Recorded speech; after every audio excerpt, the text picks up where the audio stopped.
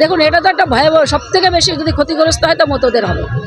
তার কারণ হচ্ছে অনেকেই তো 2000 সালের অনেকে আগেও অনেকে এসছে, কিন্তু অনেক সময় তারা ডকুমেন্টস তৈরি করতে পারেনি, জমা দিতে পারেনি, তারা হয়নি। অনেক সময় দেখা গেছে 30-40 বছর আগে এসছে, কিন্তু 2002 সালের পরে তারা ভোটার তালিকায় নাম উঠিয়েছে। সব থেকে বেশি যদি ক্ষতিগ্রস্ত হয় সেটা মতুয়া সমাজেরই সব থেকে বেশি ক্ষতিগ্রস্ত হবে। এটা ভয়াবহ পরিস্থিতি। এটাকে নিয়ে আমরা মতুয়ার সঙ্গে অলরেডি আমরা মিটিং ডেকে দিয়েছি, আমরা সিদ্ধান্ত নিচ্ছি আমরা কি করা যায়। এর বিরুদ্ধে হয়তো দরকার হয় আমরা ধর্নায়ও বসতে পারি।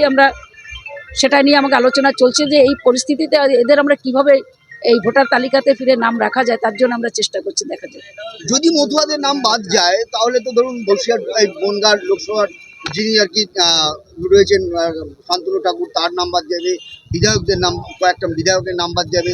এই বিষয়ে কি বলবেন আপনি? আরে তাদের তো এখন প্রথম তো তাদের নাম কাটাই উচিত।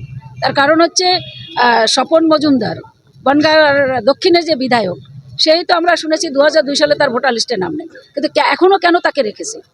তো এটা আমরা বলবো যে লিগাল যাদের সঠিক ডকুমেন্টস কাগজপত্র আছে, তাদের যদি বাদ পড়ে সেটা আমরা বলবো যে এটাকে নিয়ে রাজনীতি হিসেবে আমরা তৃণমূল কংগ্রেস আমরা দিল্লি পর্যন্ত, আপনারা দেখছেন যে শান্তিপ্রিয়ভাবে আমরা লড়াই এর আগেও করেছি, এবং এটাকে নিয়ে আমরা দিল্লি পর্যন্ত আমরা লড়াই করতে যাব।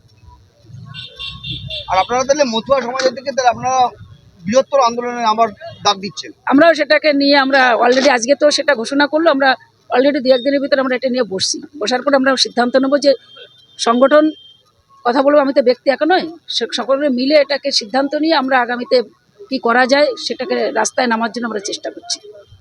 ধন্যবাদ।